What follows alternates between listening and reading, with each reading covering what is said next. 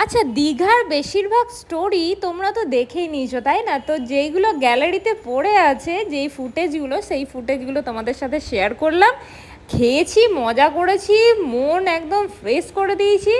আর দীঘা ভীষণ ভালো ঘুরেছি। অনেকেই বলেছো, আমার গুড নিউজ শুনে অনেকেই আমাকে আশীর্বাদ করেছো, তাদেরকে অনেক অনেক ভালোবাসা, কি ব্লেসিংস। আর অনেকে জিজ্ঞেস করেছো এই অবস্থাতে ঘুরেছি কেমন। এই সিচুয়েশানে ঘুরে মন একদম ফ্রেশ হয়ে গেছে।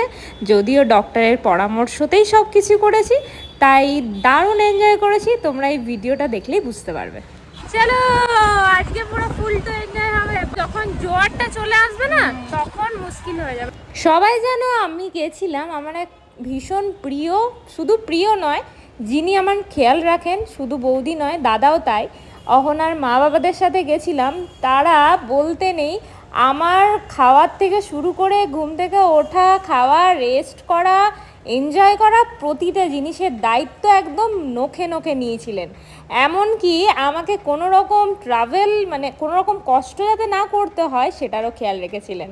তো যাই হোক, ট্রিপটা সাকসেসফুল অ্যান্ড ট্রিপটা এনজয়ফুল এই জন্যই হয়েছে, কারণ সত্যি এনারা দুজন না থাকলে, আমরা একা গেলে হয়তো আমাদের একটু ট্রাভেলটা বেশি হতো, যেহেতু এই সিচুয়েশানে গেছি তাই জন্য। আর মনের মানুষের সাথে গেলে একটা হয় না, মানে সবার সাথে ট্রিপ হয় না, তাই না? ট্রিপ এমন জনের সাথেই হয় যাদের সাথে মনের গভীর কানেকশন থাকে এবং যাদের সাথে মতামতের মিলটাও থাকে। আমি যদি কিছু ভুল বলে থাকি তাহলে আমাকে ক্ষমা করবেন। আর সত্যি কথা, এত ভিডিও করেছি, এত ফটো তুলেছি, নিজেদের কোয়ালিটি টাইম স্পেন্ড করেছি, এনজয় করেছি, আর কি চাই, তাই না? ডক্টরের পরামর্শ অনুযায়ী আমি যতটা হ্যাপি থাকবো, আমার বেবিও কিন্তু ঠিক ততটাই হ্যাপি থাকবে। তাই মন এবং দিল গার্ডেন ফ্রেশ করার জন্যই গেছিলাম ঘুরু করতে। কারণ কাজের প্রেশার তো প্রচুর আছে, বড়মশাইয়ের কাজের এত চাপ বেড়েছে, যেহেতু আমার কাজের চাপটা একটু কমেছে, তবুও আমি ফুললি অ্যাক্টিভ এবং ফুললি আমার ক্লাসও চলছে।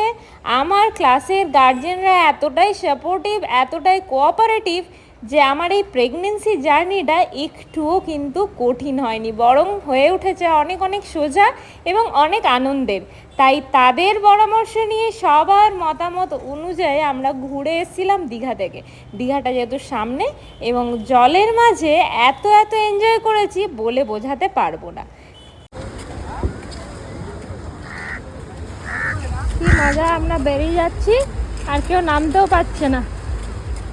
আর যারা ডেয়ার ডেভিল খেলতে ভালোবাসে তারা নামছে, কারণ অনেকে অনেক দূর অবধি নেমেছে।